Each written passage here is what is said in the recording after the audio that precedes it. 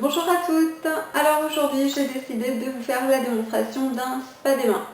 Alors pourquoi? Tout simplement parce qu'on rentre dans une période hivernale et je trouvais qu'il était nécessaire de vous montrer les bons gestes pour chouchouter et protéger vos petites mimines. Alors en quoi ça consiste? Tout simplement c'est une beauté des mains traditionnelle où l'on va rajouter un gommage et un masque. Alors moi je travaille avec les produits Pégissage, mais vous pouvez choisir d'autres marques. Cependant attention, il est quand même nécessaire de choisir des produits de bonne qualité, puisque c'est comme votre peau mesdames, il s'agit de produits cosmétiques pour les ongles et les mains. Donc, comme je le répète souvent à mes clientes, autant pour les produits de maquillage, on peut avoir des maquillages de très bonne qualité et à bas prix, autant pour la peau, des mains et du visage, il est indispensable d'avoir quand même des produits de bonne qualité. Alors j'espère que cette démonstration vous sera utile et de bons conseils. N'oubliez pas que vous pouvez me contacter via mon site internet qui s'affiche.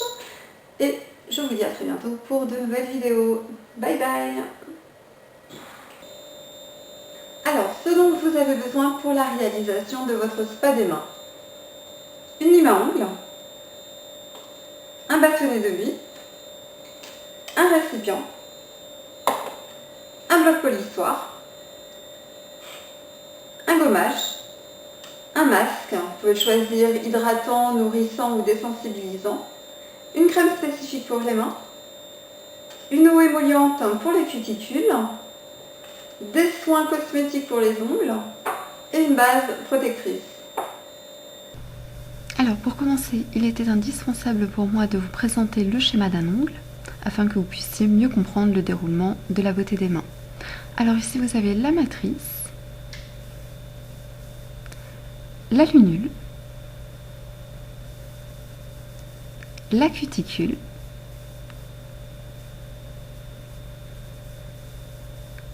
la plaque de l'ongle, le bord libre de l'ongle, donc qui est la partie qui dépasse de la peau, et le repli latéral qui se trouve sur les côtés. Alors, il existe plusieurs formes d'ongles que je vous présente également avec un schéma. Vous avez les ongles en amande, pointus, carrés, ronds, carré arrondi et ovale. Première étape, on va limer ces ongles en leur donnant la forme désirée. Pour cela, j'utilise une lime à ongles classique, pas trop épaisse, avec un grain fin comme celle-ci. Le bon geste à avoir, c'est celui-ci, de l'extérieur vers le centre, et surtout pas ça, puisqu'en faisant ce mouvement de va-et-vient, votre ongle vibre, vous endommagez la matrice, et ensuite il repousse, strié et peut se dédoubler. Alors moi j'ai choisi la forme ovale pour mes ongles, mais vous êtes libre de choisir la forme qu'il vous plaît. À noter, j'ai remarqué que beaucoup de démonstrations sur le net concernant des tutos de soins pour les mains utilisaient régulièrement des limes en acier. Ces limes sont à proscrire mesdames, elles sont bien trop agressives pour vos ongles. Lorsque vous avez terminé le limage, pensez à retourner vos mains pour regarder l'égalité de vos ongles. Deuxième étape, on va polir la surface de l'ongle avec un polissoir comme celui-ci. Je choisis la partie la plus lisse du polissoir et ainsi par de légers effleurages, je vais venir effacer et lisser les rayures. Alors attention mesdames, cette étape elle n'est pas obligatoire, surtout si vous avez les ongles fragiles, mous et cassants. Je recommence ce geste uniquement pour des ongles durs et épais et à réaliser une seule fois par mois, car cette action entraîne le désépaississement de la kératine de votre ongle et donc le fragilise. Lorsque j'ai terminé, je peux dépoussiérer mes ongles avec un pinceau, mais il est inutile pour le moment de les laver. Troisième étape, le gommage. Il va éliminer les cellules mortes de votre peau et ainsi rendre vos mains nettes et infiniment douces. Pour cette action, je choisis le gommage pour les mains de Pégissage. Mais même votre gommage pour le visage peut faire largement l'affaire. En revanche, je recommande pour des mains qui ont la peau fine et sensible un gommage chimique, donc beaucoup plus doux pour votre peau. Je procède par mouvement circulaire sur toute la surface de la main durant au moins 2 minutes.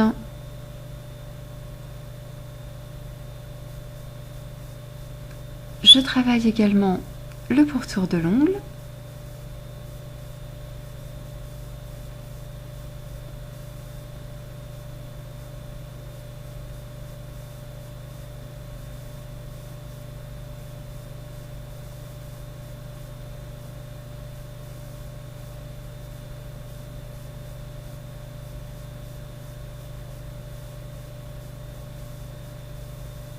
Je n'oublie pas le contour des doigts,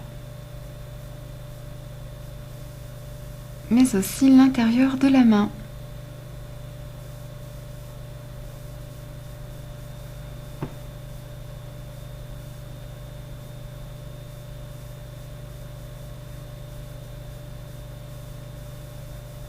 Et lorsque j'ai terminé mon gommage, je rince mes mains à l'eau tiède.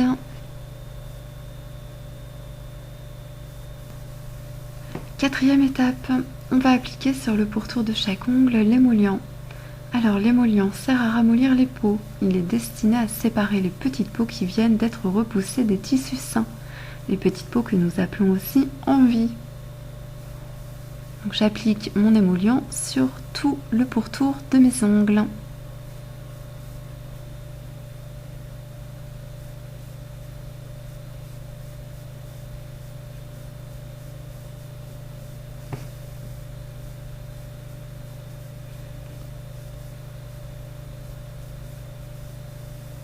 Une fois que j'ai appliqué mon émollient, je vais tremper ma main dans une eau chaude, mais attention, pas brûlante, durant 5 minutes. Alors moi j'ai choisi d'ajouter dans mon bain manucure un galet effervescent de chez Péguissage qui a une action émolliente et qui favorise la croissance de l'ongle grâce à la vitamine B5 et aux acides aminés qu'il contient. Mais c'est pas obligatoire et une petite noix de savon doux pour les mains dans votre bain manucure peut largement convenir.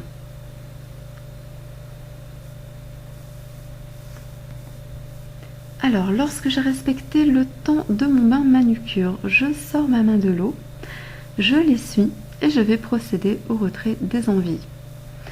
Alors, pour cette action, j'applique une seconde couche d'émollient sur mes ongles.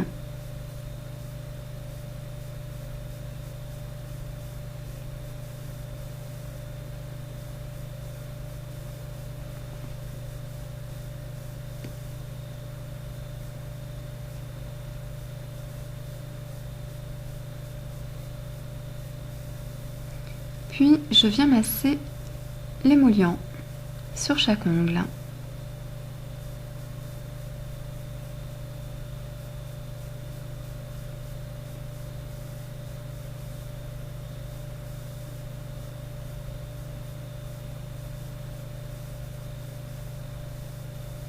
Puis à l'aide du bâtonnet de buis, je vais retirer les envies et repousser les cuticules.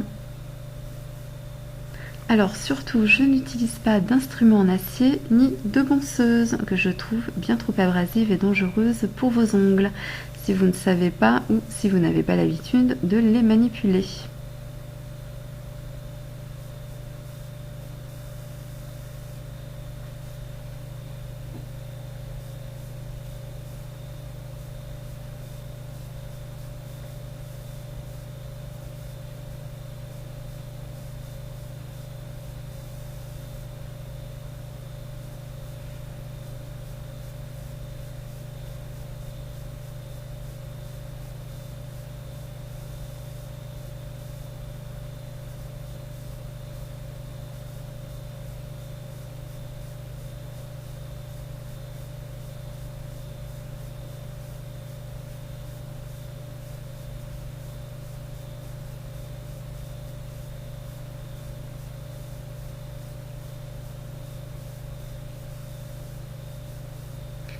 Alors mesdames, pour celles qui ont la main lourde et qui ont peur de se blesser avec le petit bâtonnet de buis, vous pouvez prendre un coton et l'enrouler comme ceci autour de votre bâtonnet.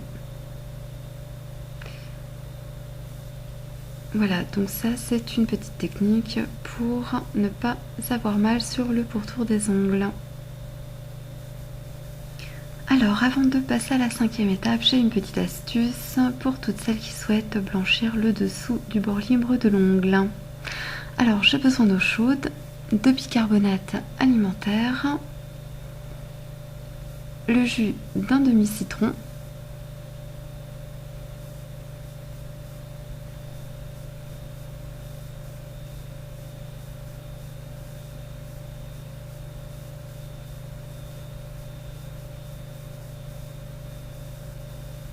donc l'équivalent d'une cuillère à soupe de bicarbonate, et je laisse tremper mes mains durant 5 minutes. 5e étape, j'applique le masque pour les mains. Alors moi j'ai choisi le masque Confort de chez Oriège. C'est un masque aux extraits de bambou, nénuphar et lotus qui aura des propriétés hydratantes et apaisantes pour mes mains. Alors, je précise que c'est un masque pour le visage que je vais venir appliquer sur la peau de mes mains. Alors, pas de panique, si vous n'avez pas de masque cocooning, confort, vous pouvez très bien appliquer un masque hydratant ou nourrissant en remplacement.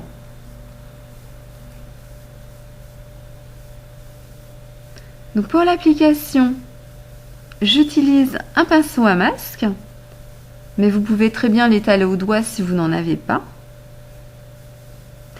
Et je procède comme ceci, c'est-à-dire de la matrice de l'ongle en remontant jusqu'au poignet.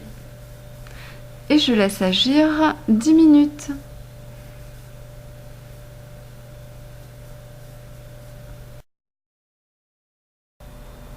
Le temps de ma pause, j'en profite pour appliquer un soin sur mes ongles et une base protectrice.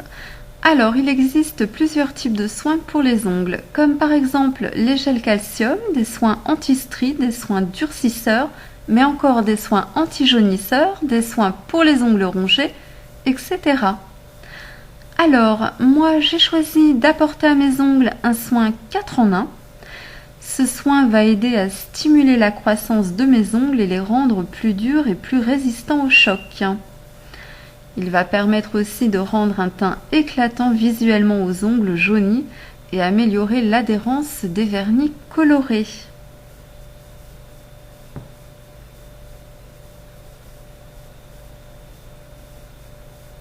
Alors, les soins ne sont pas obligatoires, mais je les conseille vivement.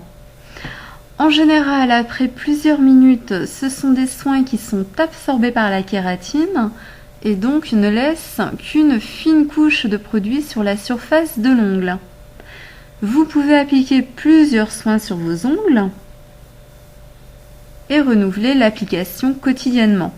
Par contre, si vous le faites quotidiennement, vous ne devez pas appliquer de base protectrice après.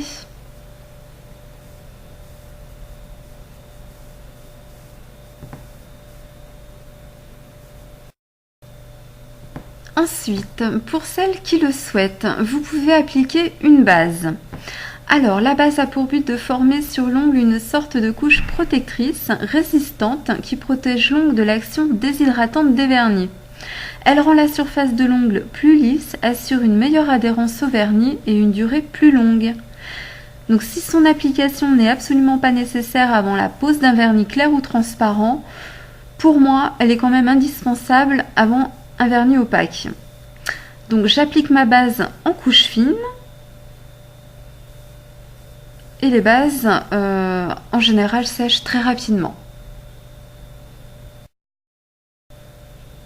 Lorsque la pose du masque est terminée, je retire l'excédent avec un mouchoir en papier, puis je rince à l'eau tiède.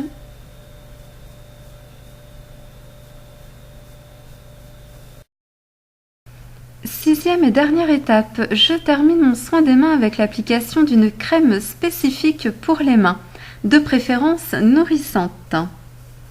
Alors, un petit conseil, mesdames, pour terminer cette démonstration.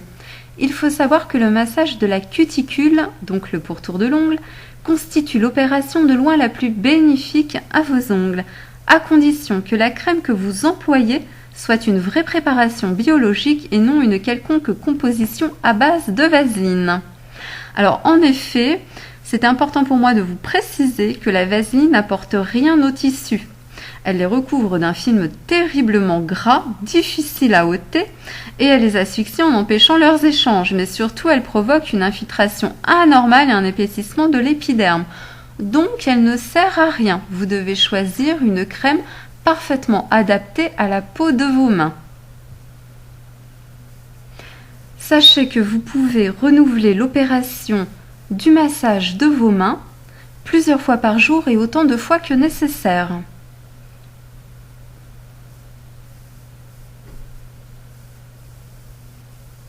Votre spa des mains est désormais terminé. Vous pouvez maintenant admirer vos petites mains de fée.